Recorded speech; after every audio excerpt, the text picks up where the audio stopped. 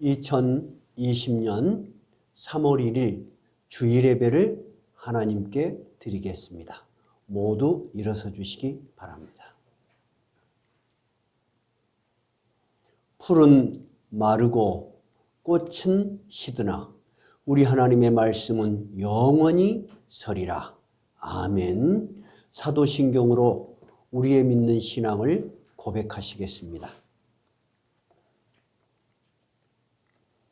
나는 전능하신 아버지 하나님, 천지의 창조주를 믿습니다. 나는 그의 유일하신 아들, 우리 주 예수 그리스도를 믿습니다. 그는 성령으로 잉태되어 동정녀 마리아에게서 나시고 본디오 빌라도에게 고난을 받아 십자가에 못 박혀 죽으시고 장사된 지 사흘 만에 죽은 자 가운데서 다시 살아나셨으며 하늘에 오르시어 전능하신 아버지 하나님 우편에 앉아 계시다가 거기로부터 살아있는 자와 죽은 자를 심판으로 오십니다. 나는 성령을 믿으며 거룩한 공교회와 성도의 교제와 죄를 용서받는 것과 몸의 부활과 영생을 믿습니다. 아멘. 찬송가 38장으로 성령을 하시겠습니다.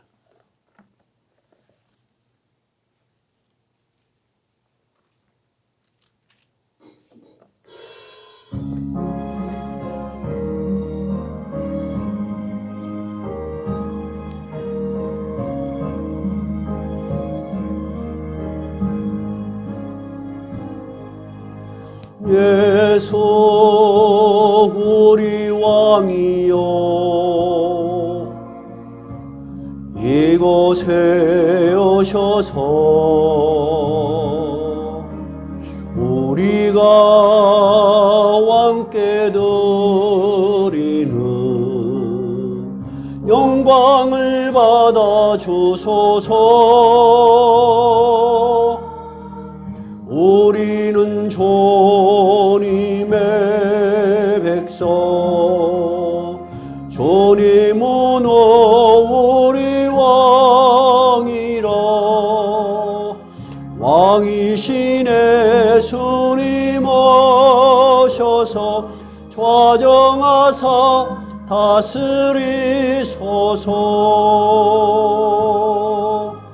예수 우리 주시오 이곳에 오셔서 우리가 주께 드리는 찬양을 받아 주소서. 우리는 주님의 종들, 주님은 우리 주시라. 주 대신에 주님 오셔서 이 찬양을 받아 주소서. 아멘. 앉으십시오. 기도하십시다.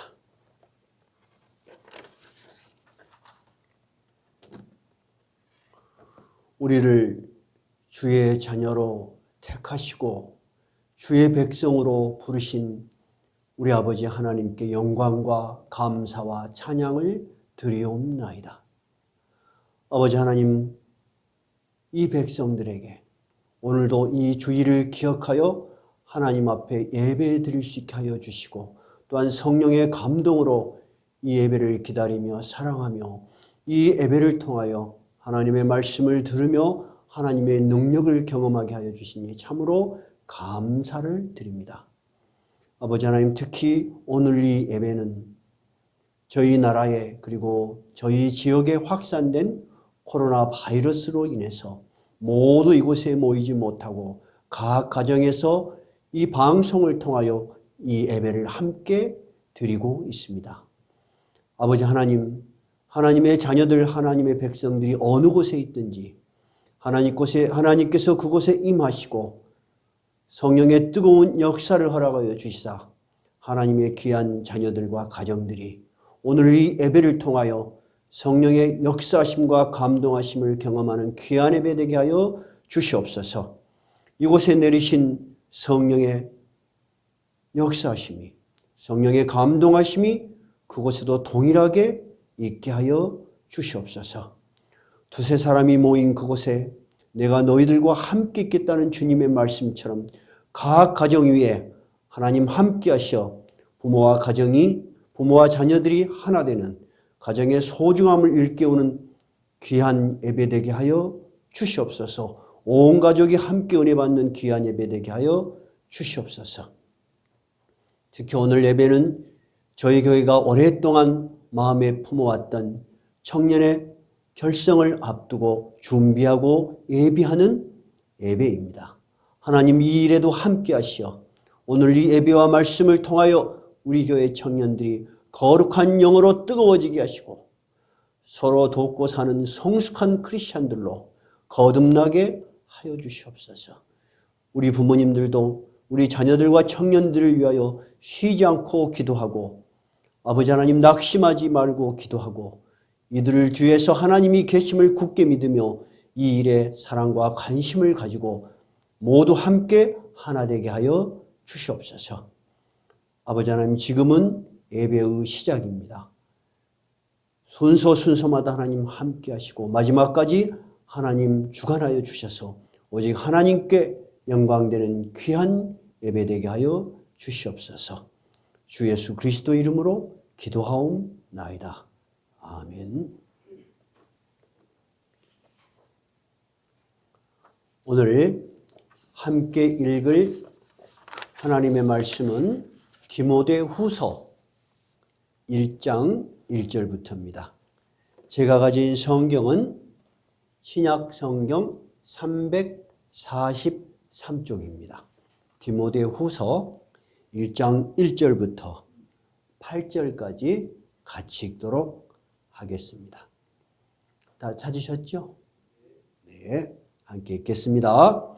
하나님의 뜻으로 말미암아 그리스도 예수 안에 있는 생명의 약속대로 그리스도 예수의 사도된 바울은 사랑하는 아들 디모데에게 편지하노니 하나님 아버지와 그리스도 예수 우리 주께로부터 은혜와 긍휼과 평강이 내게 있을지어다. 내가 밤낮 강구하는 가운데 쉬지 않고 너를 생각하여 청결한 양심으로 조상적부터 섬겨오는 하나님께 감사하고 네 눈물을 생각하여 너 보기를 원함은 내 기쁨이 가득하게 하려 함이니 이는 내 속에 거짓이 없는 믿음이 있음을 생각함이라. 이 믿음은 먼저 네 외조모 로이스와 네 어머니 유디게 속에 있더니 네 속에도 있는 줄을 확신하노라. 그러므로 내가 나의 안수함으로 내 속에 있는 하나님의 은사를 다시 불일하게 하기 위하여 너로 생각하게 하노니 하나님이 우리에게 주신 것은 두려워하는 마음이 아니요 오직 능력과 사랑과 절제하는 마음이니 그러므로 너는 내가 우리 주를 증언함과 또는 주를 위하여 갇힌 자 된 나를 부끄러워하지 말고 오직 하나님의 능력을 따라 복음과 함께 고난을 받으라. 오늘 요절 말씀은 1장 7절 말씀입니다. 1장 7절 말씀 같이 한번 다시 읽어봅시다. 하나님이 우리에게 주신 것은 두려워하는 마음이 아니오 오직 능력과 사랑과 절제하는 마음이니. 그리고 오늘 설교 제목은 하나님이 우리에게 주신 것이라는 제목으로 본문을 여러분에게 전하겠습니다. 오늘 우리가 1장 1절을 읽기 전에 그 위에가 뭐라고 써져 있습니까? 디모데 후서 그렇게 되어 있습니다. 이 뜻은 바울 사도가 이 디모데라는 청년에게 보내는 편지입니다. 그래서 뒤에 서자가 붙어 있습니다. 후는 뭐냐? 그 전에 편지를 한번 보냈어요. 그러면 바로 앞에 붙어 있는 것이 디모데 전서입니다. 그리고 시간이 지나서 3, 4년 지나서 다시 한번 편지를 보냈습니다. 그것이 디모데 후서입니다. 누가 누구에게 보낸 편지라고요? 바울 사도가 그의 제자이며 같이 선교 활동을 했던 동역자인 청년 디모데에게 보낸 편지입니다. 이 편지를 보낸 바울 사도는 처음부터 예수를 믿고 따라다닌 제자가 아니었습니다. 그는 다른 제자들과 같이 유태인이었지만은 유대라는 땅에서 태어나지 않았어요. 다른 나라인 다소라는 지역에서 태어났고 그의 집안이 얼마나 명문가였는지 태어날 때부터 그 당시 온 유럽을 지배하고 세계의 최대 강국이었던 로마의 시민권을 가지고 태어났습니다. 그래서 우리는 성경에 자세히 그의 집안에 대한 배경은 없지만 그의 집안이 굉장히 재력가였던지 유력한 집안이었다고 알 수 있습니다. 다소는 또한 교육의 중심 도시였습니다. 그래서 굉장히 교육열이 강했어요. 그래서 이 바울 사도는 그 당시에 최고의 지성을 갖춘 지성인이었습니다. 그런데 그는 자신이 유대인이었고 유대인들이 갖고 있는 신앙에 대해서 너무 열정이 강해서 다시 예루살렘, 유대 나라 수도인 예루살렘에 와서 그 당시 최고의 종교 랍비인 가말리엘이라는 사람 문화에서 직접 사사를 했습니다. 직접 배웠다 그 말입니다. 그래서 그는 유대인으로서는 최고의 명문가 집안이고 최고로 공부를 많이 한 사람이고 종교적으로는 아주 경건한 사람이었고 정치적으로는 촉망받는 젊은이였습니다. 그런데 그가 유대라는 지역에 있으면서 도저히 참을 수 없는 상황을 맞이했습니다. 무엇 때문에 그가 분노했느냐? 아니, 사람들이 예수라는 갈릴리 사람이 자기 직업도 목수였고 아주 천한 신분이라고 알고 있는 그 예수라는 사람이 하나님의 아들이라는 주장을 믿는다는 것입니다. 더욱이 그가 로마의 형법에 의해서 재판을 받아서 십자가에 죽은 것이 너무나 명백한데 그가 다시 죽음에서 자기 제자들에게 약속한 대로 3일 만에 부활을 했다는 것입니다. 여러분, 우리는 이 자리에 앉아서 예배를 드리고 그것을 받아들이기 때문에 크리스찬이 됐지만 전도를 해보면 여러분 그런 말을 하면은 받아들이는 사람들이 있습니까? 여러분 보기에 미안할까 봐 거부는 안 하지만 마음속은 어때요? 아유, 답답한 사람.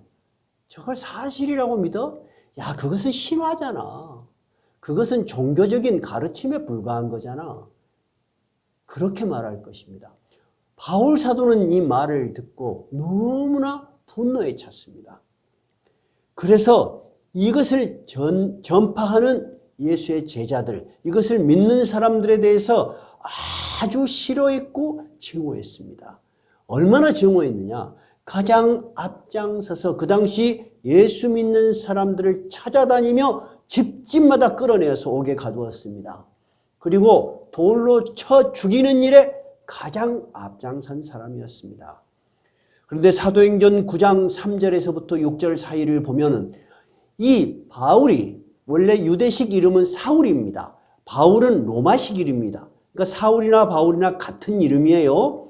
그런데 이 사울이라는 청년이 이 국내에서 예수 믿는 사람을 잡아들이고 핍박하는 것에 만족하지 못했어요. 이것을 피해서 도망간 그 사람들을 자기 나라를 벗어난 다른 나라에까지 잡아오려고 말을 타고 지금 다메섹이라는 곳으로 가고 있습니다. 근데 그 가는 길이 광야였어요. 허벌판과 같은 곳입니다. 시간은 정오 12시입니다. 여러분, 해가 가장 어느 때가 제일로 강하게 비치죠? 우리가 상식적으로는 정오입니다. 그런데 인간이 만들어낸 빛이 햇빛보다 더 밝기는 어렵습니다. 그런데 햇빛보다도 더 밝은 빛이 말을 타고 가는 그 일행에 확 비치는 것입니다. 그러니까 말이 그 자리에서 꼬꾸라진 것입니다. 그래서 바울 사도도 그 당시 사울이라는 그 청년도 말에서 떨어져 버렸고 눈이 실명이 되어 버렸습니다. 그래서 사도행전 9장에 보면은 사울이 그때 놀라운 경험을 하게 됩니다. 분명히 쓰러져서 앞이 안 보이는데 하늘에서 이런 음성이 들리는 것입니다. 사울아, 사울아, 네가 어찌하여 나를 박해하느냐. 아니, 하늘에서 이런 음성이 들린다면 분명히 신적인 존재일 거라고 그런 확신이 들었습니다. 왜? 그런 종교적 감성이 풍부한 사람이고 구약의 율법, 종교, 우리가 갖고 있는 구약 성경에 대해서 달통한 사람입니다. 랍비 교육을 받은 사람입니다. 그래서 사울이 너무나 놀라서 말합니다. 누구시니까? 당신은 누구신데 저를 아십니까? 하는 거예요. 누가 내 이름을 안다는 것인가? 당신은 누구십니까? 그랬더니 하늘에서 울리는 음성이 나는 네가 박해하는 예수다. 분명히 로마의 십자가에 의해서 죽어버린 예수가 아직도 살아서 자기 이름을 기억하고 부른다는 것입니다. 얼마나 여러분 놀랬겠습니까? 그래서 바울 사도가 예수를 만나게 되었습니다. 그러면 여러분, 바울 사도는 예수에 대해서 들은 것입니까? 남에게서 배운 것입니까? 아니면 예수를 직접 만난 것입니까? 직접 만난 것입니다. 그리고 그 예수께서 그에게 직접 사명을 주십니다. 그리고 이 사명을 가지고 너는 이제 나의 사도가 되어 세상 속으로 이 복음을 전해라. 그래서 오늘 여러분이 디모데후서 1장 1절에 뭐라고 되어 있습니까? 하나님의 뜻으로 말미암아 그리스도 예수 안에 있는, 자기가 사도가 된 것은 전혀 자기의 지식이나 자기의 의지나 자기의 종교적 결단에 있었던 것이 아니라는 것입니다. 자기는 오히려 무시하고 증오하고 박해하던 예수님입니다. 근데 그 예수를 전해야 하는 자, 세상 속으로 그 사명을 갖고 보내심을 받았어요. 그래서 사도라는 뜻은 보내심을 받은 자, 헬라어는 아포스텔로스, 보내심을 받은 자. 그래서 바울 사도가 1장 1절에 자기를 소개할 때 항상 그렇게 소개합니다. 하나님의 뜻으로 말미암아 그리스도 예수 안에 있는 생명의 약속대로 누구가 됐다고요?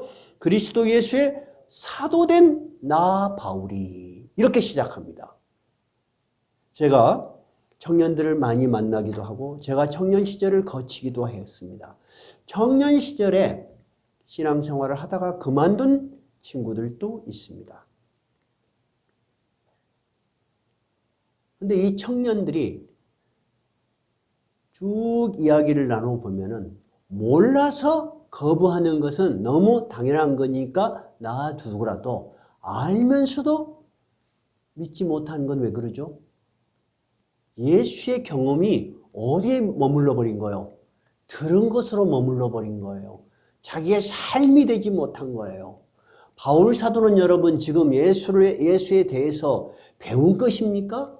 아니면 지식으로 이해한 겁니까? 예수를 경험한 것입니까? 예수를 삶 속에서 경험했던 것입니다.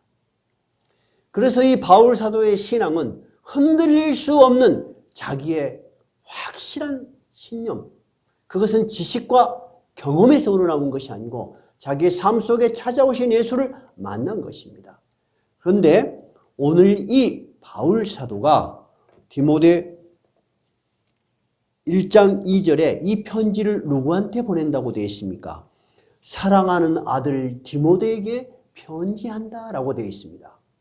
그러면 조금 전에 제가 말씀드린 대로 바울 사도가 예수 그리스도를 직접 만났던 놀라운 장면은 약 몇 살 때 일어난 거냐면 35세 전후였습니다. 그리고 시간이 디모데 후서를 쓸 때는 바울 사도가 65세 전후입니다. 지금 저 나이와 같은 나이입니다. 그러니까 바울 사도는 그때 사명을 받아서 예수 그리스도를 위해서 얼마나 오래 이 일을 했다는 것입니까? 약 30년 동안 했는데 디모데 후서가 마지막입니다. 지금 이 바울 사도는 어디에 있느냐? 로마의 지하 감옥에 갇혀 있습니다.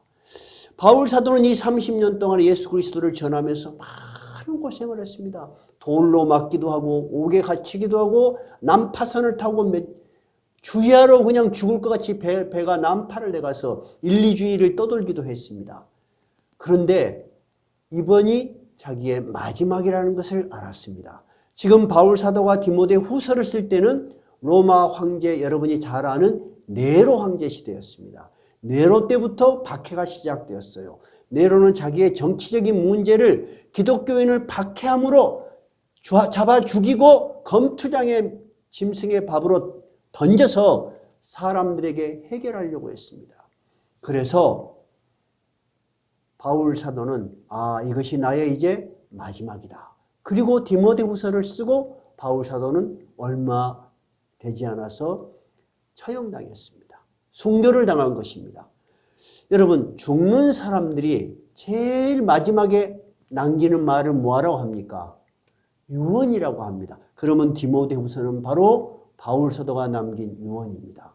여러분, 유언은 누구에게 하는 것입니까? 나에게 스쳐갔던 의미 없는 사람에게 하는 것입니까? 정말 내가 잊을 수 없는 소중한 사람에게 남기는 것입니까? 소중한 사람에게 남기는 것입니다. 그러면 바울 사도는 누구를 가장 소중한 사람의 한 사람으로 생각했다는 것입니까? 사랑하는 아들 디모데라는 이 청년을 소중한 사람으로 생각했다는 것입니다. 그리고 한번 꼭 보고 싶다는 것입니다. 너를 간절히 보기를 원한다는 것입니다. 그러면 어떻게 바울 사도와 디모데가 그렇게 정말로 아들과 아버지처럼 마지막 순간에 꼭 한번 보고 싶은 사람이 되었을까? 우리는 두 사람의 관계를 한번 짚어볼 필요가 있습니다. 바울 사도가 예수 그리스도를 만난 이후에 이방인, 유대가 아닌 이방의 지역에 선교, 이방의 지역에 복음을 전하라는 사명을 받았습니다. 그래서 1차, 2차, 3차 선교 여행을 갔습니다. 제1차 선교 여행을 갈 때에 바울 사도가 루스드라라는 지역에 들렸어요. 그리고 신실한 두 여자, 오늘 디모데 후서에 보니까 이름이 거명된 여자 두 분이 있습니다. 5절에 누가 있죠? 바울의 외조모, 할머니 로이스, 바울의 어머니 유니게를 만난 것입니다. 그래서 기독교, 그 예수 그리스도를 전했어요. 이들은 유태인들입니다. 근데 남편인 그분은 헬라인이요. 즉 그리스인이야. 그러니까 디모데는 어떤 사람이에요? 우리식으로 말하자면 혼혈인입니다. 그러나 그 아버지가 일찍 죽은 것 같아요. 그래서 이 외조모와 그 어머니가 받아들인 크리스찬, 기독교의 신앙을 받아들여서 디모데도 양육을 받은 것 같습니다. 그런데 2차 선교 여행을 갈 때 이 디모데가 주위 사람들로부터 믿음이 성실하고 아주 선한 인물이라고 칭찬을 받는 것입니다. 그리고 바울 사도를 따라서 같이 선교 여행을 따라가기 시작한 것입니다. 그때 디모데의 나이가 20살 전후입니다. 그리고 디모데 후서를 쓸 때, 이 편지를 받을 때는 그 몇 살쯤 되었겠습니까? 약 40세 전후입니다. 우리 교회 청년들이 지금 몇 살입니까? 20살에서 40살, 딱 이 청년의 나이입니다. 그리고 제가 바로 그 바울이 마지막 이 편지를 쓸 때 나이하고 비슷해요. 그래서 오늘 이 설교는 제가 바울 사도와 같은 마음, 내가 사랑하는 디모데에게, 바울 사도가 디모데에게 편지를 보내듯이 우리 청년들을 나의 사랑하는 아들들, 딸들같이 생각하면서 이 설교를 준비했습니다. 그러니까 여러분들께서 이 설교는 모든 교인들에게 은혜도 되시겠지만 특히 우리 교회 청년들이 우리가 청년회를 결성하는 것이 무슨 의미가 있는가 한번 깊이 생각하는 귀한 메시지가 되기를 바랍니다. 사도행전 16장 1절로 가면은 바울과 이 디모데가 처음으로 동행하는 시작이 나옵니다. 사도행전 16장 1절로 가볼까요? 제가 가진 성경은 신약성경 214쪽입니다. 214쪽입니다. 16장 1절부터 3절까지 같이 읽어봅시다. 시작. 바울이 더베와 루스드라에도 이르매 거기 디모데라 하는 제자가 있으니 그 어머니는 믿는 유대 여자요 아버지는 헬라인이라. 디모데는 루스드라와 이고니온에 있는 형제들에게 칭찬받는 자니 바울이 그를 데리고 떠나고자 할세 그 지역에 있는 유대인들로 말미암아 그를 데려다가 할례를 행하니 이는 그 사람들이 그의 아버지는 헬라인인 줄 다 알미더라. 즉 2차 선교여행을 떠날 때 바울이 누구를 데리고 갔다고요? 디모데를. 디모데가 누구를 따라갔다고요? 바울을. 그렇게 해서 첫걸음이 시작된 것입니다. 그렇게 해서 이 디모데는 바울이 가르쳐 주신 하나님에 대한 말씀, 예수 그리스도가 누구신지, 성령이 누구신지 하나님에 대해서 배웠겠죠, 여러분?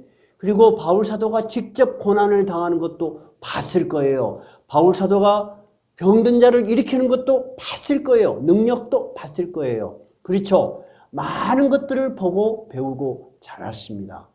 여러분, 아이가 자라면 바로 걸어다니고 말하고 그럽니까? 아니면 엄마가 젖을 주고 밥을 주고 가르치고 키웁니까? 그렇죠. 어떤 부모든지 다 아이들을 밥을 떠먹이고 젖을 주고 키우죠. 그래서 내 자식이라고 하는 거죠.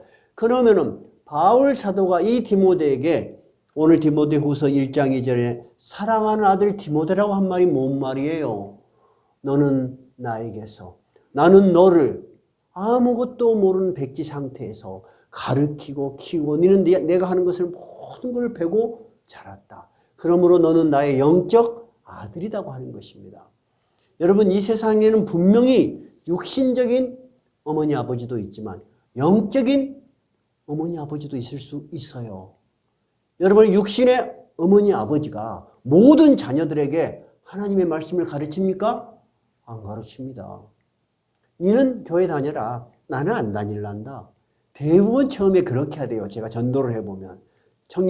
이 청소년들, 고등학생이나 중학생을 전도해 보면은 집에서 반대하는 사람도 있어요. 그러면 신앙생활하기 힘들어요. 그런데 어떤 분은 너는 다녀라 그래요. 근데 자기는 안 다녀. 3년이고 5년이고. 또 어머니 아버지는 열심히 다니시면서도 자기 자녀들에게 신앙을 안 가르치는 분들이 있습니까? 없습니까? 분명히 있습니다. 서울에도 보면 말입니다. 초등학교까지는 학생이 100명이에요. 중학교로 가면 몇 명으로 줄어요? 한 4, 50명으로 줄어요. 고등학교 가면 10명 이하로 줄어요. 직분다 자녀들도 안 나와요. 청년부가 되면요. 더 안 나와요. 어렸을 때 신앙교육을 받은 애들이 더 안 나와. 그 부모님도 귀찮고 말하기 힘들고 그렇잖아요. 다른 일로도 갈등이 있는데 자녀들에게 신앙교육까지 시킨다는 것이 너무 버겁다고 생각할 수도 있죠. 그죠 여러분? 여러분도 쉽지 않죠? 그런데 이 바울 사도는 이 디모데에게 너는 나의 신앙의 가르침, 모습, 내가 무엇을 확신하는지, 이 복음의 능력이 얼마나 뛰어난 것인지, 우리가 무엇을 추구하고 사는지 다 배우고 자랐다. 그러니까 너는 나의 아들이다. 이렇게 디모데에게 편지를 시작하고 있습니다. 그런데 디모데후서 1장 3절은 이렇게 바울 사도가 이야기하고 있습니다. 지금 바울 사도는 어디에 있다고요, 여러분? 로마의 지하 감옥에 있습니다. 자기는 무엇을 생각하고 있다고요? 죽음이 오고 있다는 것을 알고 있습니다. 그럼에도 불구하고 자기를 위한 염려를 한 것이 아니고 1장 3절에 뭐라고 이야기합니까? 내가 밤낮 간구하는 가운데 쉬지 않고 너를 생각하여 기도한다는 것입니다. 간구가 뭐예요? 간절히 기도한다는 것입니다. 저는 토요일 저녁, 지금 목회를 한 지 10년이 넘어갑니다. 단 한 번도 빼지 않고 토요일 저녁에 내일 예배를 위해서 기도합니다. 우리 교인들이 성령의 감동으로 토요일 날 내일이 잊지 않으시도록 반드시 기도합니다. 주일날 예배 위에 성령이 임하시도록 기도합니다. 그리고 잊지 않고 10년 동안 저희 자녀들을 위해서 꼭 기도합니다. 왜 그렇게 기도하죠? 내가 청년 시절을 겪으면서 방황하고 신앙이라는 것을 모르는 사람도 아니고 많이 알았지만 뒤돌아보니까 신앙적인 삶을 살지 못했다는 것이 너무 절실해요. 그래서 우리 자녀들이 신앙에서 벗어나서 다시 먼 세월 후에 후회하지 않도록 하나님 붙들어 주시고 인도하여 주십시오. 그렇게 기도합니다. 그리고 수요 기도에 우리 부모님들이 와서 간절히 기도해요. 여러분 누구를 위해서, 누구는 꼭 빼지 않고 부모들이 기도하겠습니까? 자기 자녀들입니다. 특히 어떤 자녀들입니까? 어린 청소년들, 객지에 나가 있는 자녀들을 위해서 기도하는 것을 보면서 우리 교회에 나오는 청년들을 위해서 제가 기도하지 않을 수가 없습니다. 때로는 구체적으로 여러분 자녀들의 이름을 거명하면서 기도합니다. 그런데 우리 청년들, 우리 자녀들은 부모님과 목사님이 이렇게 간절한 기도를 자기들을 위해서 드리고 있다는 것을 모를 수도 있습니다. 그러나 여러분, 오늘 이 예배를 참여하시는 분들, 들으시는 청년들이 반드시 기억해야 하는 것은 여러분들의 신앙이 희미하거든, 연약하든, 아직도 의식 속에 예수 그리스도가 남아있다면 여러분의 부모님들이, 그리고 목사님이 여러분을 위해서 간절히 기도하고 있다는 것을 결코 잊어서는 안 되는 것입니다. 기도의 위대함을 잊어서는 안 되는 것입니다. 그래서 바울 사도는 제일 먼저 디모데에게 내가 옥속에 있다. 그러나 나는 너를 위해서 기도한다. 이렇게 시작하는 것입니다. 내가 밤낮 간구하는 가운데 쉬지 않고 너를 생각하여 청결한 양심으로 조상적부터 섬겨온 하나님께 감사의 기도를 드린다. 이렇게 하는 것입니다.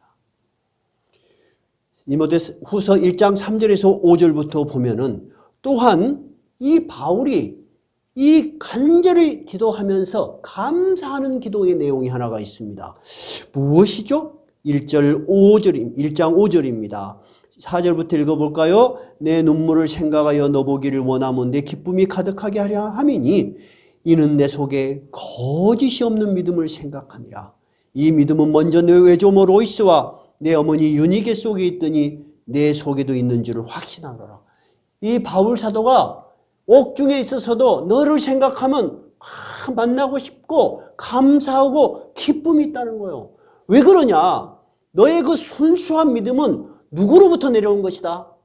네 외조모 로이스와 내 어머니 유니게 속에도 있어. 그 말이 뭔 말이에요?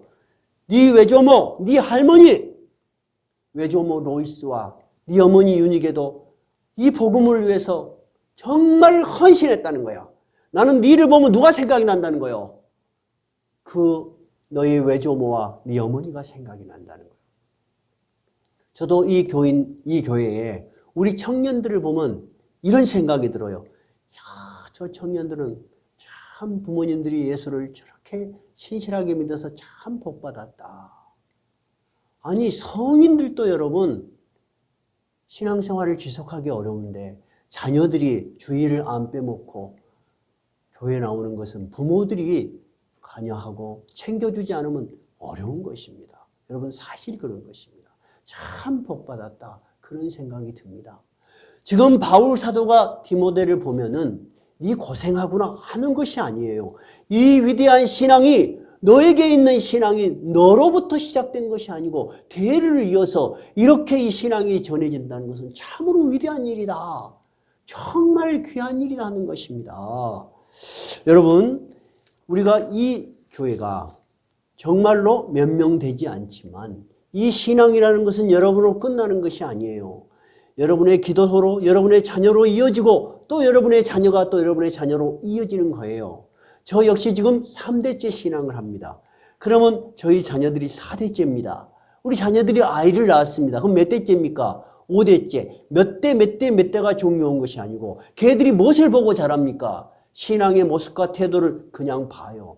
젊은이들은 여러분 가르침을 통해서 나이가 어릴수록 가르침을 통해서 배우는 것이 아닙니다. 눈으로 보면 압니다. 신앙의 태도입니다. 교회를 위해서 신앙을 위해서 어떤 삶과 태도를 갖고 사는가. 그래서 여러분 부모님들이 왜 자녀들에게 신앙을 강조하기 어렵죠? 말을 해놓으면 자기도 그렇게 살아야 되니까 부담이 되니까 야 니는 니대로 살아. 나는 나대로 자연스럽게 살란다. 그런 부모도 꽤 많습니다. 사실입니다, 여러분. 저도 젊은 날에는 우리 아이들에게 신앙이 가장 가치 있다라고 가르쳤는가 의심이 듭니다. 나는 굉장히 젊은 날에 휴머니스트였어요. 인본주의자, 낭만적인 사람, 그리고 인간다운 사람. 그랬어요. 근데 돌이켜 생각해 보면 얼마나 부족했는가 그런 생각이 들어요. 여러분 신앙이라는 것은 인본주의가 아닙니다. 인간다운 사람이 아닙니다. 누구를 닮는 사람이에요? 예수 그리스도를 닮는 사람입니다. 방향이 다른 것입니다. 이 청년회를 사실은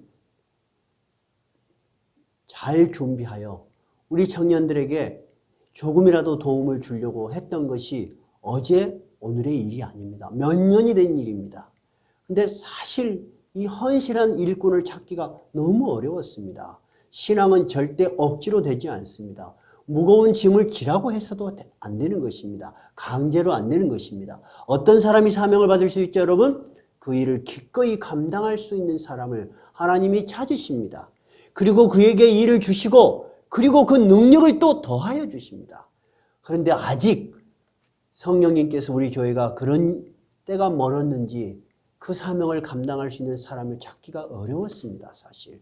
그런데 하나님께서 때를 주셔서 이번에 이런 중요한 모임이 예비 모임을 갖고 5월 달에는 헌신 예배 결성식을 하려고 합니다. 그런데 이러한 일들을 하면서 저에게 큰 힘이 됐던 일들이 있습니다. 어떤 일들이었냐면요.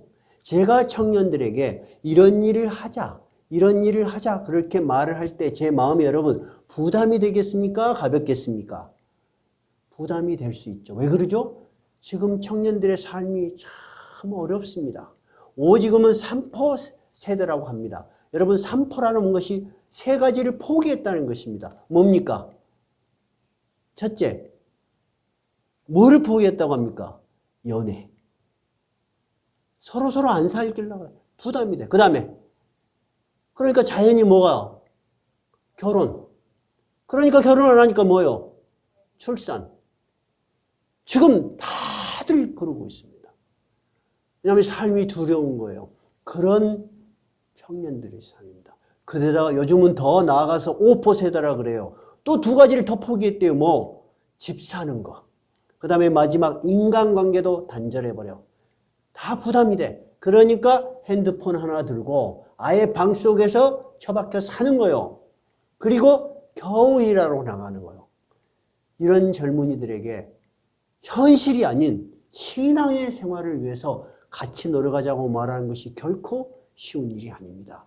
그런데 우리 직분자들 중에 어떤 권사님이 저에게 이런 이야기를 했습니다. 자녀를 옆에 두고 이런 이야기를 했습니다. 본인도 우리 권사님 자신도 돌이켜보면은 내가 사명이 있었기 때문에 그 사명을 위해서 기도라도 한번 했다. 그걸 가지고 청년회를 위해서 한 번이라도 기도하는 것이 신앙에 큰 도움이 된다고 믿는다. 제가 그 말을 들을 때 여러분 힘이 됐겠어요? 안 되겠어요? 너무 힘이 나는 거야. 세상에 이런 직분자만 많으면 나 청년회 결성할 수 있겠다. 그런 생각이 들었어요. 두 번째 어떤 분은 이런 생각을 했어. 목사님은 너무 청년들을 편하게만 해주시려고 하는 것 같아요. 부담을 안 주시려고 하는 것 같아요. 근데 저희들이 젊은 날을 돌이켜보니까 편한 것이 꼭 좋은 건 아니었습니다.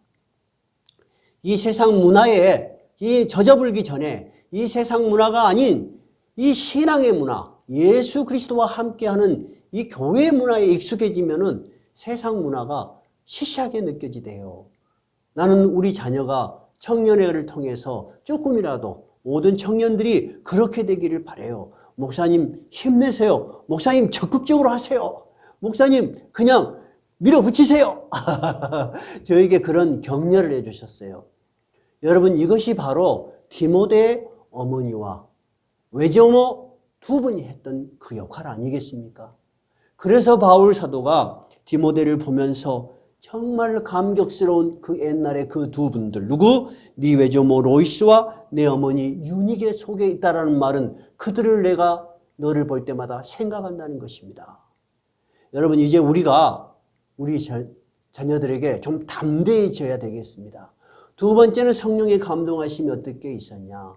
그렇게 청년들 중에도 내가 이런 부탁을 하니까 힘들고 어려울 수 있을지 모르겠지만은 최선을 다해 보겠습니다. 시작을 한번 해 보겠습니다 하는 청년들이 있다는 것입니다. 너무 감사해요. 그래서 성령님께서 이제 우리 교회가 이런 일을 시작해도 도는 시기를 주셨구나. 여러분, 이 일이 우연히 된 것이 아닙니다. 굉장히 오래된 일입니다.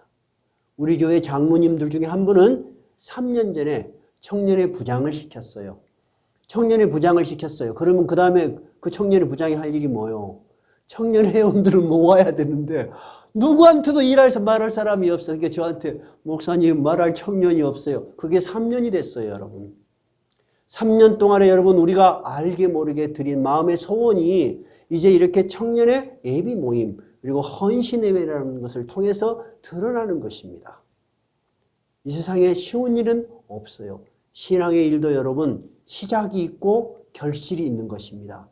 우리 교회가 늘 이 청년들을 위해서 마음은 있었지만은 성인들과 함께만 했지 별도로 시간을 내지 못한 점 참 이제 시작할 수 있어서 너무 좋아요. 구체적으로 저는 2000년도 올라와서 부산에 있는 제 동기 목사에게 전화를 걸었습니다. 한 3, 4개월, 그러니까 2019년 말이나 2020년 같아요. 그 목사님은 내비게이터, CCC 같이 대학 선교에만 20년을 한 사람입니다. 그러니까 나는 이 청년 문제를 생각할 때 꼭 청년 그 목사님한테 상의를 해요. 20년 이상을 현장에서 그리고 아주 명문대 대학원까지 공부를 한 분인데 그분은 청년 시절에 예수를 전도를 받고 그렇게 헌신을 시작했더라고요. 대학 청년들하고. 그래서 물어봤습니다. 뭔 목사님, 제가 우리 청년들을 위해서 뭔가를 해주고 싶은데 어떻게 방법이 없네요. 어떻게 하는 게 좋을까요? 목사님은 어떻게 하고 있으세요? 물어봤어요. 그랬더니 그 목사님이 청년들을 가르치는 것은 오히려 쉬웠다 그래요. 교회를 운영하는 게 더 어렵다 그래요, 자기는. 왜 그러냐면 여러분 한번 생각해 봐요. 그러면서 청년들은 대학 캠퍼스에 가면 다 누굽니까? 나이대가 비슷해요. 다 대학생이니까 말이 어때요? 공통적으로 단일한 교과서 하나면 돼. 근데 교회는 어때요? 쬐깐한 애기부터 나이 많으신 분까지 있어. 자기는 어떻게 해야 될지를 모르겠대. 그러면서 나한테는 말이 지금 교인 5, 6명입니다. 몇 년 됐다고요? 거기도? 내가 동기니까 5년, 6년이 됐는데. 그리고 청년 1명 있는데 직장이 불안전해서 왔다 안 왔다 그래요. 그런데 우리 교회는 청년이 적어도 5명은 돼. 내가 훨씬 청년이 많은 거야. 그러면서 그분이 목사님 지금 형편 같으면 1개월에 한 번이라도 청년들이 서로 얼굴도 한번 볼 수 있게 그렇게 시작해 보시는 것도 좋은 방법인 것 같습니다. 그래서 우리가 우리 청년 예비 모임의 제안서에 월 1회 한번 모이는 것은 어떠냐 하고 제안을 우리가 준비 중입니다. 오늘 제가 여러분에게 말씀드린 거, 이 디모데에게 정말로 유익한 영적인 부모는 바울 사도일 뿐만 아니라 또 누구였다고요? 그 외조모 로이스와 그의 어머니 유니게도 그의 영적인 자산이었다는 것을 우리가 결코 잊어서는 안 됩니다. 근데 여러분, 우리가 이제 어른들의 입장에서 생각하지 말고 이 디모데라는 이 청년의 입장에서 봅시다. 오늘 우리 현실에선 청년의 입장에서 봅시다. 우리 현실에 있는 청년들이 여러분 삶의 두려움이 있습니까? 없습니까? 엄청 많습니다. 어떤 두려움이 있습니까? 대학을 졸업하면은 끝날 줄 알았는데 취업에. 또 가정을 이루려면 누군가를 만나야 되는 두려움. 그러려면 뭔가를 가져야 되는데 가진 것은 없어. 그렇죠? 그것을 보고 뭐라고 하죠, 여러분? 현실적 실존의 두려움이라고 하는 것입니다. 이것은 여러분 그들이 피부로 느끼는 것입니다. 그럼 여러분 신앙의 피로를 피부로 느낍니까? 안 느낍니까? 안 느낍니다. 어느 것이 더 절실합니까, 여러분? 현실이 더 절실합니까? 신앙이 절실합니까? 현실이 절실합니다. 오늘 설교를 들으시는 이분들도 우리 어른들도 지난 날을 생각해 보면은 현실 속에 얼마나 많이 신앙의 끈을 놓았습니까? 우리는 이 젊은이들을 이해하면서 이 설교를 들어야 합니다. 젊은이들에 대한 이해가 되죠? 바울 사도는 영적인 거장이었습니다. 목숨을 걸어도 되는 그는 담대한 신앙의 사도였습니다. 그런데 이 바울 사도는 디모데의 현실을 이해했다는 것입니다. 이 디모데는 성격이 어떤 사람이었냐면요. 아주 아까 사도행전 16장에서 보니까 어때요? 주위에 칭찬받는 사람이요. 그러면 착한 사람이죠? 착한 사람 대부분 여러분 담대합니까? 약간 소심합니까? 소심합니다. 소심하다 보면 병이 제일 먼저 뭐이 납니까? 뭔 일을 하려다 보면 위장병이 많이 납니다. 위가 제일 민감한 것입니다. 이 디모데전서 5장 23절에는 디모데가 얼마나 위장병이 자주 났는지 바울 사도가 편지를 할 때 디모데야 이제부터는 물만 마시지 말고 내 위장과 자주 나는 병을 위하여 포도주를 조금씩 써라. 포도주도 여러분 조금씩 약으로 많이 안 먹습니까? 오직은 바울 사도가 디모데가 목회자인데 물만 마시지 말고 네 위장병 그 다음에 자주 나는 병, 네 허약한 몸을 위해서 포도주도 좀 먹어라. 그렇게 했을 겁니까?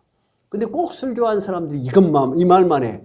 야, 디모데한테도 포도주 먹어라 그랬지 않냐. 디모데같이 그 사람은 현실적인 위협에 있는 것이 아니고 즐거워서 즐거움 속에서 포도주를 마시는 거고 지금 이건 뭐냐면 네 병을 위해서.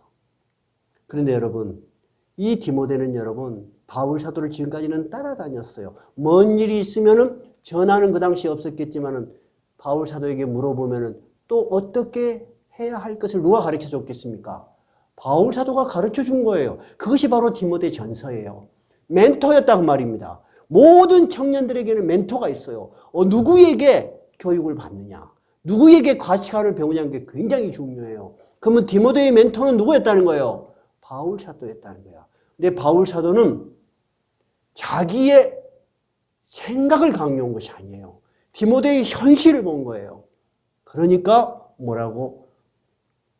디모데의 현실을 어떻게 이해를 했냐? 이제 이 편지를 보내는 순간에 바울은 감옥에서 생각을 했습니다. 자기의 스승인, 자기의 멘토인 바울 사도도 로마의 감옥에 갇혀 있어. 언제 죽을지 모르는 분위기를 디모데도 알아. 그러면 이 세상에 이제 누구만 남는 거야? 디모데만 남아. 그러면 이 연약한 디모데가 얼마나 고통스럽게 현실을 견뎌야 될까 생각하니까 이 편지를 안 쓸 수가 없었던 거예요. 그래서 바울 사도가 이 두려워하는 디모데, 여러분 한번 디모데의 입장에서 생각해 보세요. 자기가 그렇게 따라다니고 그렇게 능력 있던 바울 사도가 로마의 법에 의해서 감옥에 갇혀 있어. 근데 분위기가 막 기독교인이 순교를 당해. 그리고 바울 사도도 죽을 것 같아. 그러면 나만 남아. 그것도 객지야. 고향도 아니야. 여러분이 바울 사도라고 디모데라고 생각해 봐요. 그럼 여러분 어떤 생각을 하겠어요? 첫째, 어떤 생각이 들겠어요? 이제 이거 때려쳐볼까? 고향으로 돌아가 볼까? 그런 생각 나겠어요? 안 나겠어요? 나죠. 두 번째는 어떤 생각이 들까요? 일을 계속하는데 내가 어떻게 해? 그런 생각 들겠죠? 많은 생각이 날 거예요. 여러분들 중에도 굉장히 감당하기 어려운 그런 스트레스 받는 일이 생기면 밤에 잠이 잘 없디요, 안 없디요? 안 오겠죠. 이 연약한 디모데가 얼마나 고통 속에 있겠는가. 바울 사도는 그렇게 생각했을 것입니다.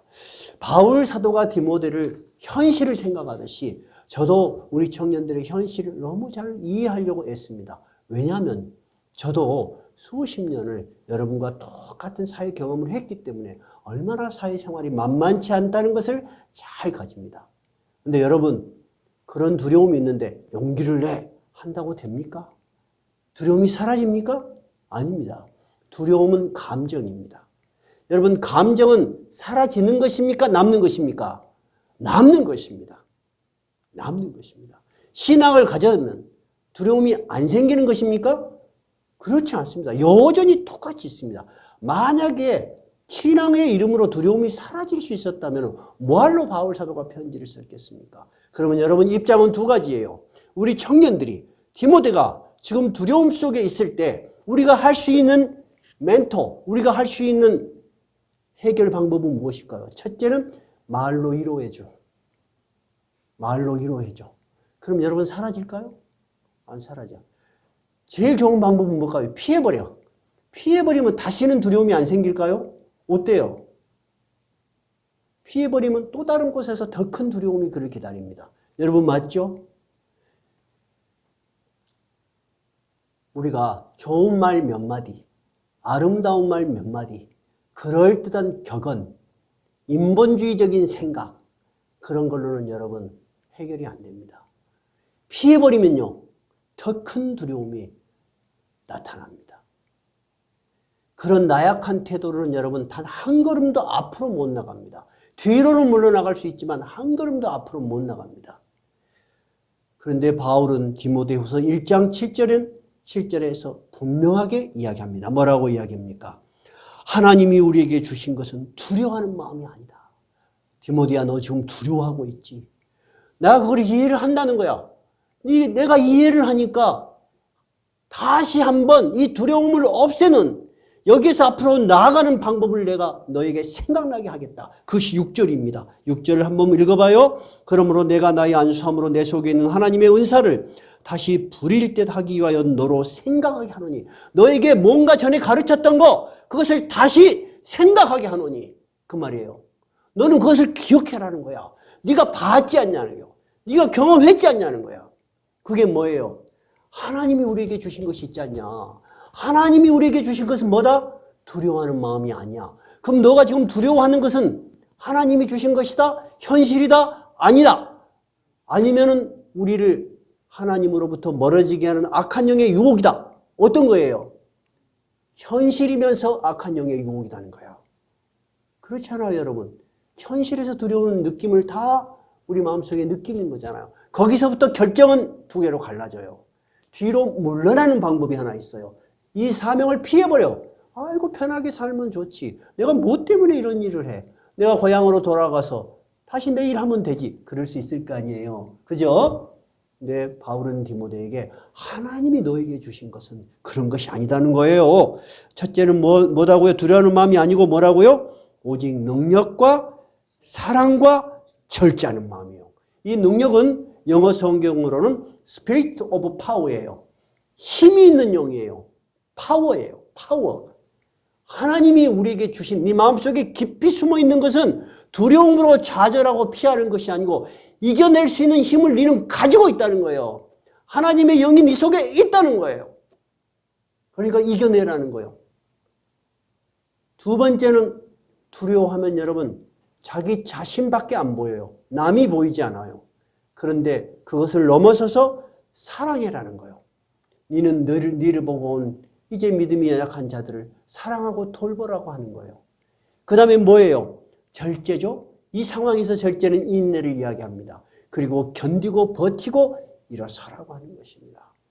이것이 바로 디모데에게 바울 사도가 전한 권면입니다. 여러분, 우리는 우리 자신과 우리 자녀들에게 많은 어려움이 있을 때 이 구절을 생각해야 됩니다. 하나님이 우리에게 주신 것은 뭐가 아니다? 두려워하는 마음이 아니다. 두려움은 항상 상존해 있어요. 피할 수도 없고 피하려고 회피하면 점점 더 큰 두려움이 여러분을 평생을 따라다녀요. 그것을 극복해야만이 다음 단계로 갈 수가 있는 거예요. 제가 그런 신앙을 경험했기 때문에 제가 여러분에게 이 바울 사도의 말을 담대하게 전하는 거예요. 저도 신앙을 관념적으로 이해하고 문학적으로 이해하고 철학적으로 이해하고 그냥 신앙적으로 이해할 때는 현실에 힘이 되지 않았어요. 현실의 신앙이 힘이 되지 않으면 여러분 어떻게 돼요? 두 가지예요. 자꾸 나약한 사람이 되든지 아니면 자기 스스로가 의지를 강하게 해서 강철 같은 의지로 뚫고 나가야 돼요. 그것이 인본주의예요. 저는 그런 사람이었어요. 저는 그런 사람이었어요. 제가 검도를 배울 때 이런 글귀가 저는 마음에 들었어요. 지금 목사가 돼서는 이야기 아니에요. 남이 살을 베면 너는 뼈를 잘라라. 그런 말이 있어요. 검도 도자가 있으니까 남이 살을 펴면 너는 뼈를 자르는 그 기세로 달려들어라 그런 말이에요. 그것이 인본주의적 의지예요. 제가 그렇게 살았어요. 그러니까 굉장히 의지는 강하지만 내 영혼이 피폐해지고 내가 깊은 수렁에 빠졌다는 것을 그때 알았어요. 근데 바울 사도가 말하는 것은 우리가 받은 것은 어떤 거다고요? 오직 능력과 사랑과 절제하는 뭐라 그랬죠? 마음인데 이것을 다른 번역으로 하면 스피리트, 영입니다. 하나님의 영입니다. 성령의 영입니다. 하나님의 영은 여러분 능히 이것을 이길 수 있어요. 그리고 남을 미워하고 증오해서 이기는 것이 아니고 나는 너의 뼈를 잘라버릴 거야 하는 것이 아니고 뭐라고요? 사랑이야. 자기를 희생하는 거예요, 여러분. 인격의 성숙이나 신앙의 성숙은 여러분 사랑을 받음으로 생기는 게 아닙니다. 사랑을 받는 사람은 계속 거기에 머무릅니다. 못 받으면 어때요? 불평해요. 적은 사랑 주면은 투덜투덜 걸어요. 근데 인격과 신앙의 성숙은 어디서 오죠? 사랑을 줄 때 생기는 거예요. 여러분 다 인정하시죠? 여러분이 진정으로 사랑할 수 없는 것을 사랑할 때, 내가 사랑을 줄 수 없는 사람을 위해서 노력할 때, 여러분 정말로 그것이 바로 그리스도의 영이고 하나님이 주신 영입니다. 그것은 인내할 수 있는 영이 없으면 못하는 것입니다. 제가 방금 말씀드린 대로 인본주의적 의지는 남을 미워하고 증오하고 끝끝내 해내는 오기 같은 것입니다. 근데 하나님이 우리에게 주신 영은 달라요. 어떤 영이라고요? 파워, 힘이 있죠. 그건 어떻게 드러난다고요? 사랑과 인내로 드러나는 영입니다. 그러므로 이런 생각을 다시 네가 갖는다면은 8절 어떻게 해라? 그러므로 너는 내가 우리 주를 증언함과 또는 주를 위하여 갇힌 자 된 나를 부끄러워하지 말라. 내가 전한 복음 너가 알고 있지 않냐? 너 그거 부끄러워하면 안 된다. 내가 비록 옥속에 갇혔다고 네가 그것을 부끄럽게 생각하면 안 된다. 나는 로마법에 의해서 죄인이 된 것이 아니고 오직 예수 그리스도를 위해서 그의 사도로서 여기 있는 것이다. 그러니까 너는 내가 바울 사도 자신이죠. 우리 주를 증언했던 일 그리고 그것 때문에 로마에 갇힌 나를 부끄러워하지 말고 복음과 함께 어떠라? 고난을 받으라. 여러분 편하게 살려고 하는 사람은 고난이 오면요 견디지를 못합니다. 여러분 근데 고난이 없는 삶이 있었어요? 없었어요. 그러면 바울이 말하는 고난은 어떤 고난이에요? 너는 지금 네가 당하는 고난을 자연스럽게 생각이라는 거예요. 고난은 항상 있는 거라는 것입니다. 정말 그렇습니다. 고난은 항상 있는 것입니다. 우리에게 필요한 것은 뭐죠? 고난이 없는 상태가 아니에요. 어떻게? 복음과 함께 고난을 받으라. 뛰어들어라. 우리의 그것이 사명입니다. 나는 바울 사도가 가르치는 것을 이렇게 이해합니다. 디모데야, 두려운 감정을 넘어서서 정면으로 그 고난을 받아들여라. 그것이 복음의 능력이고 우리가 당연히 걸어가야 될 길이다. 그것이 사도인 내가 걸어온 길이고 네가 걸어야 될 길이고 우리 청년들이 남은 생을 걸어가야 될 길이라고 저는 바울 사도가 말하고 있는 것이라고 분명히 말씀드릴 수 있습니다. 그러므로 우리 청년들에게 이렇게 이야기하고 싶습니다. 신앙은 삶이 되어야 됩니다.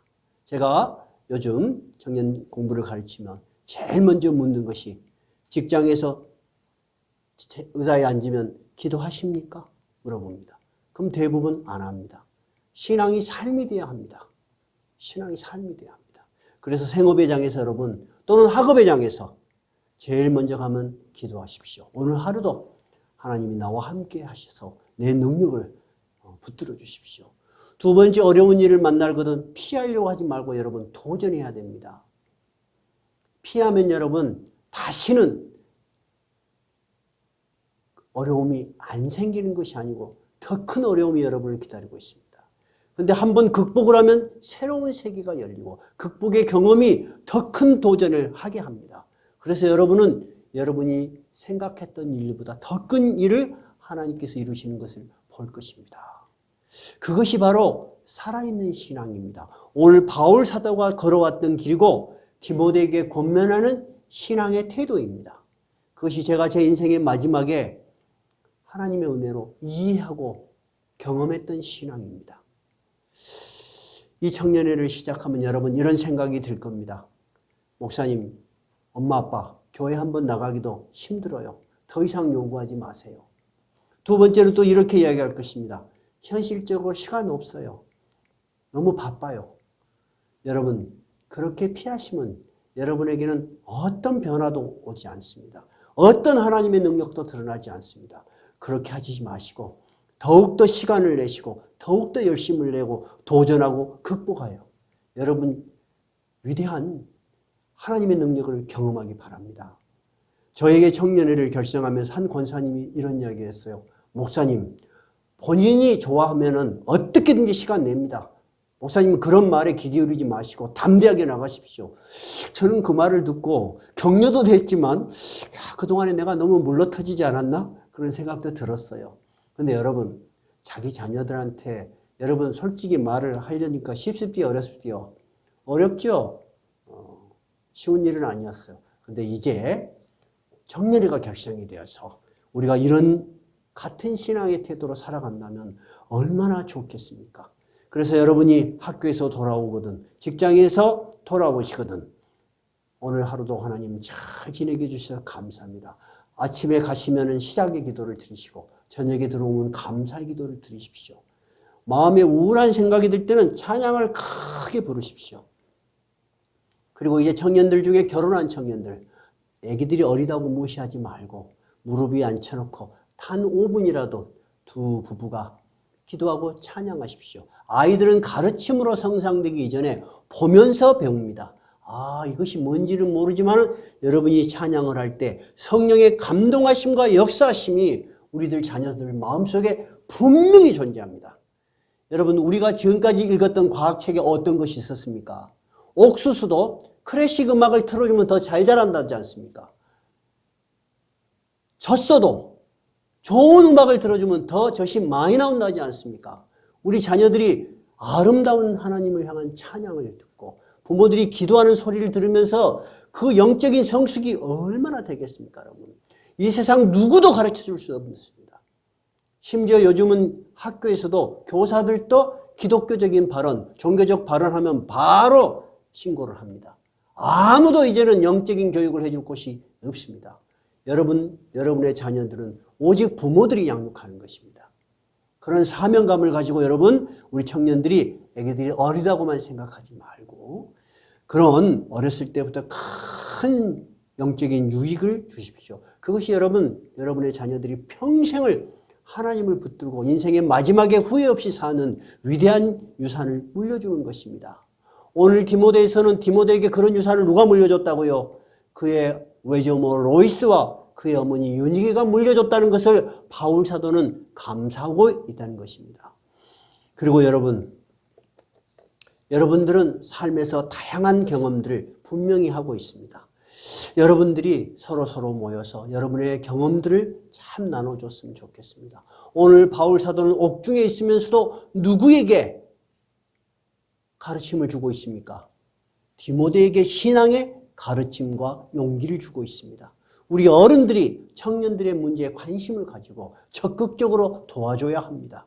나이 든 선배들은 이제 대학생이 된 어린 후배들을 돌보아주고 공부는 어떻게 하고 취업은 이렇게 준비해라 가르쳐줘야 합니다. 취업한 청년들은 이제 취업 준비를 하는 청년들에게 격려해주고 많은 정보를 줘야 합니다. 결혼이라는 것은 여러분 우리는 어떻게 했는지 모르겠는데 요즘 아이들 키우는 거 보니까 너무 정보가 많아요. 우리는 상상할 수도 없는 많은 절이 융자, 그 다음에 아이 돌봄 센터 다양한 정보들이 있습니다. 결혼을 한 청년들은 이제 결혼 준비하는 청년들에게 그렇게 소중하게 어렵게 얻었던 정보들을 나누어 주십시오. 이런 많은 영적인 유익함과 현실의 유익함이 교류가 된다면은 여러분 우리 청년회는 어떤 청년회가 될 것 같습니까?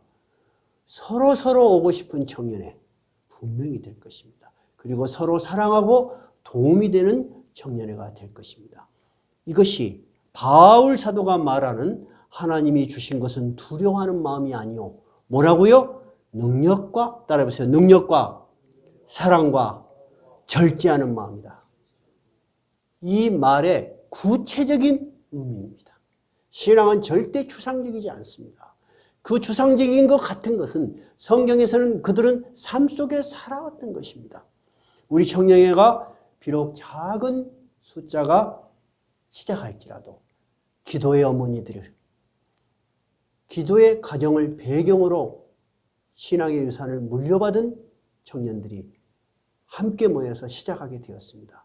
여러분은 이 부모들이 물려준 기도와 유산을 소중하게 생각해서 이 청년회와 함께 잘 성장하기 바랍니다.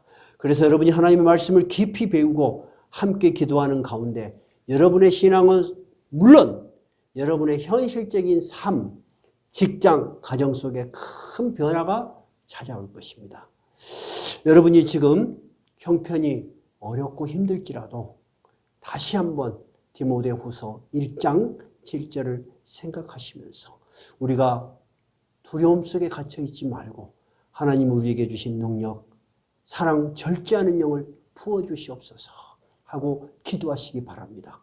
그러면 여러분 모든 두려움을 이기고 여러분이 최후에 승리할 것을 저는 굳게 믿습니다. 찬송가 391장입니다.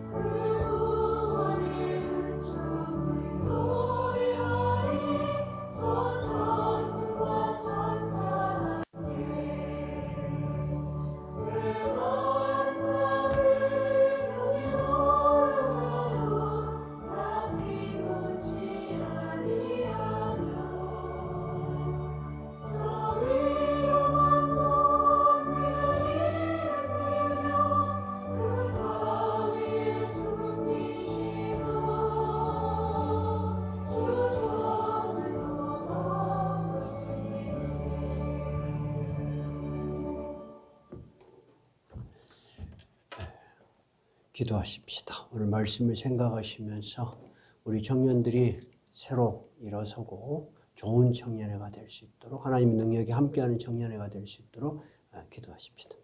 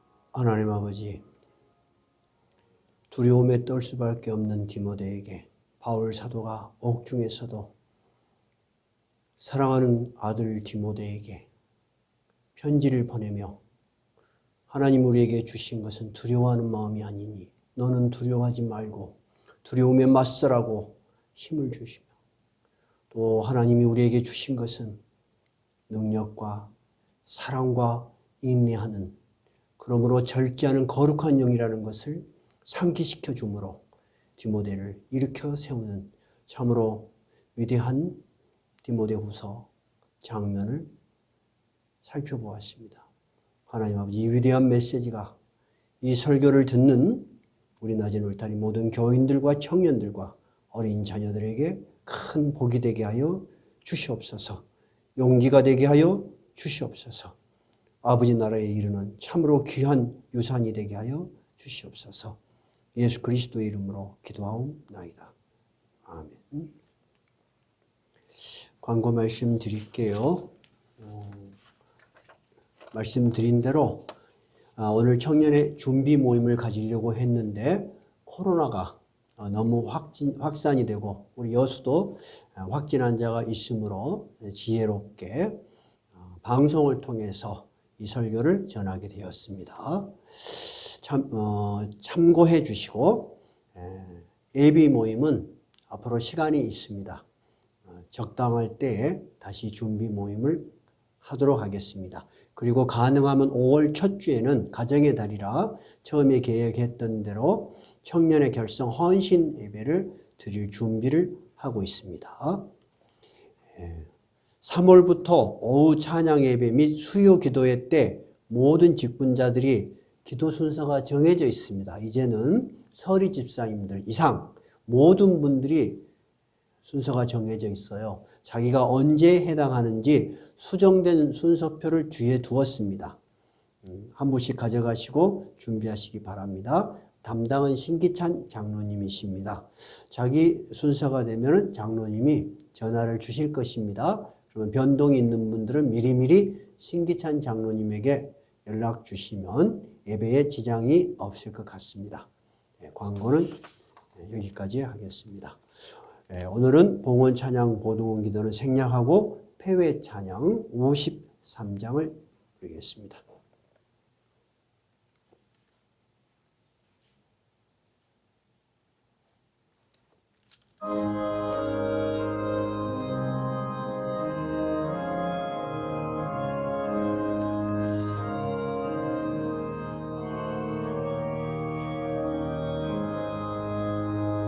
성전을 떠나가기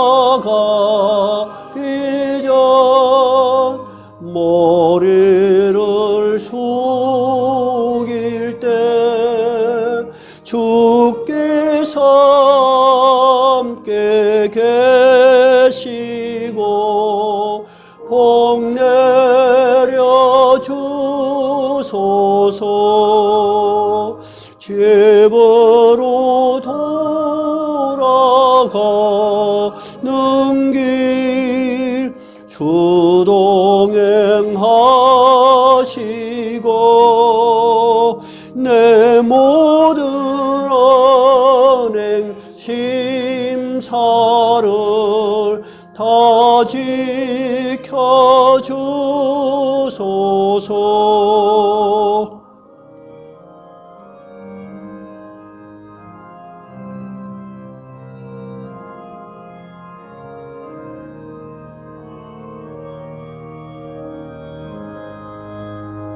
거룩한 날이 다가고 저녁이 되도록 주 우리 맘에 빗대서 늘 계시옵소서.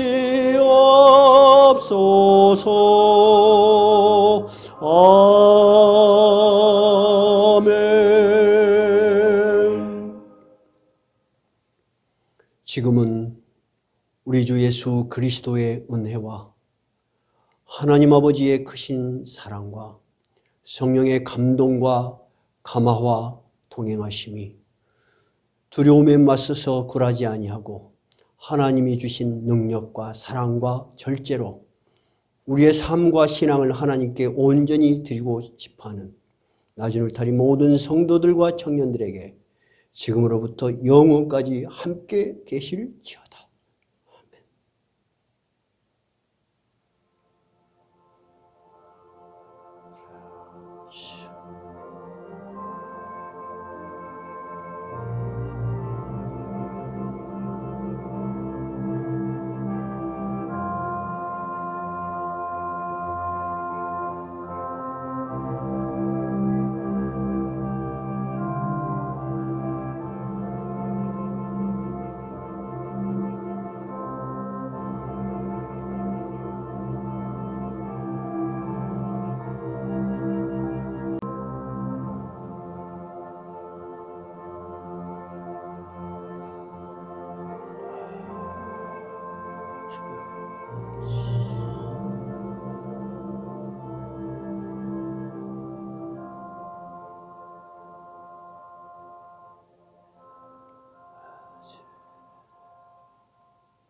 예배를 마쳤습니다.